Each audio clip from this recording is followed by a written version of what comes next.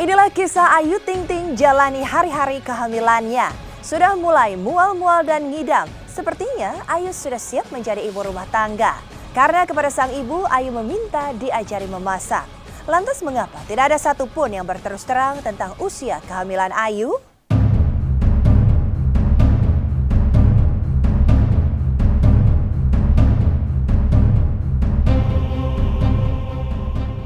Kabar kehamilan Ayu Ting Ting bukanlah isapan jempol. Ayahanda Ayu Ting Ting sendiri yang mengungkap, entah sudah berapa bulan usia kehamilannya.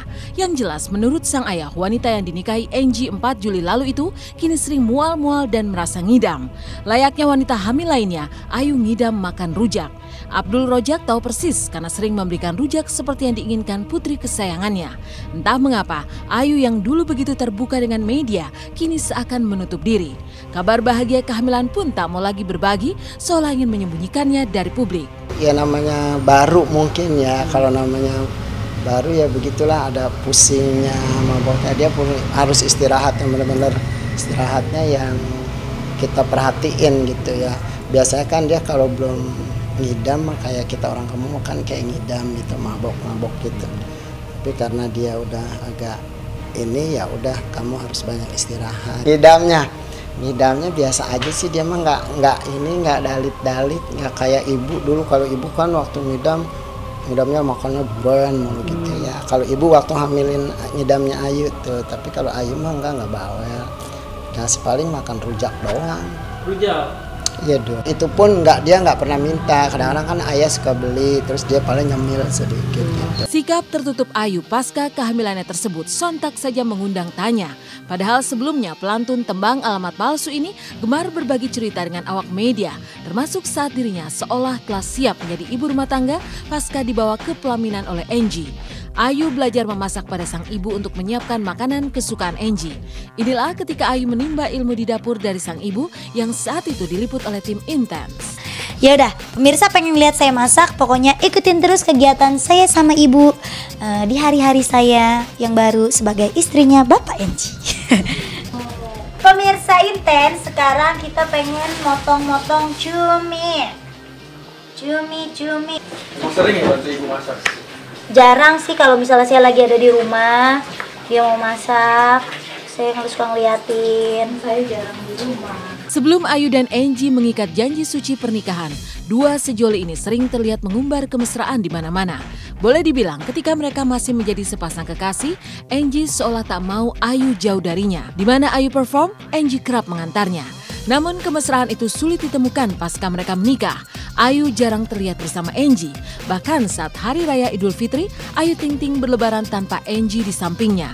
Sebagai pengantin baru yang sudah mengikat janji suci pernikahan, terasa tak lazim bila tidak merayakan momen bahagia itu bersama.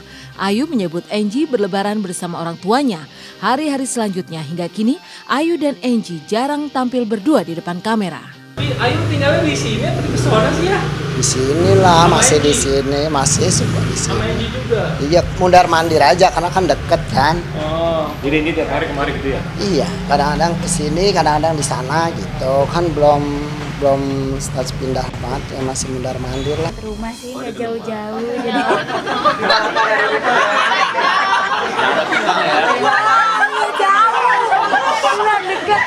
karena untung bapak ini kan dari sebelumnya kan memang udah saya suruhnya kalau mau nikah sama saya di rumahnya jangan jauh-jauh dari ibu saya bilang kayak gitu. enggak sebelahan. Terus kata dia ya udah alhamdulillah ibunya deket, ya lumayan lah, maksudnya 10 menit lah yang dari rumah ya. Tapi kan seenggaknya saya udah bisa mandiri lah.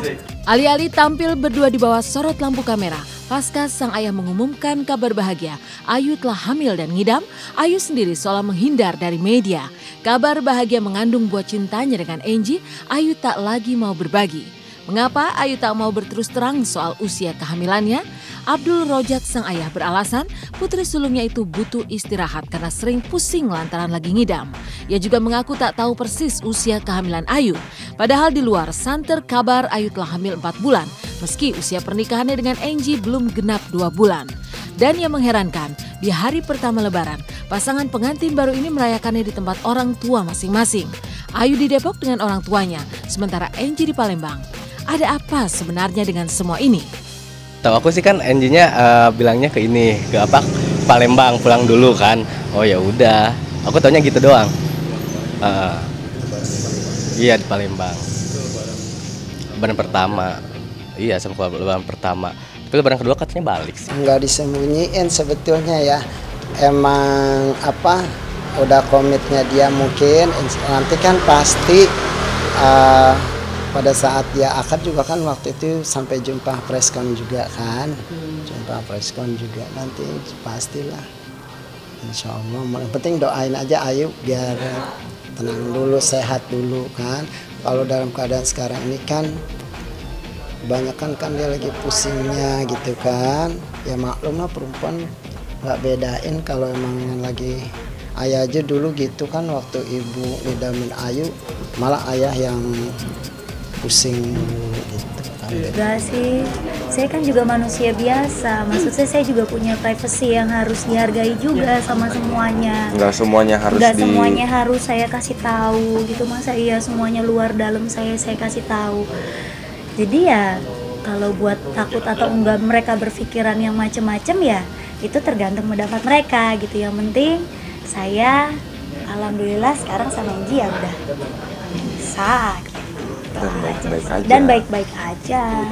Lain dengan Ayu Ting Ting yang terkesan tidak berterus terang soal kehamilannya, Ustadz Soulmate yang berkasus dengan I.O Hongkong justru terlihat tak mau mundur setapak pun. Kemarin ia menampilkan saksi yang ikut dengannya ke Hongkong. Benarkah kesaksiannya menyanggah semua ucapan Khalifah? Lantas apa kata Ibunda Soulmate? Saksikan Intens di segmen selanjutnya.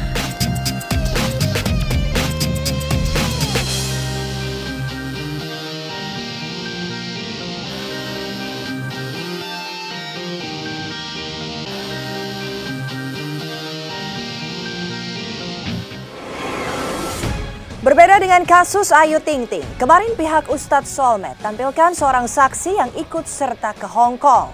Lalu apa kata si saksi yang langsung membantah semua pernyataan Khalifah yang mengaku sebagai pihak I.O Hong Kong? Lantas bagaimanakah Ibunda Soulmate melihat kasus yang menimpa anaknya?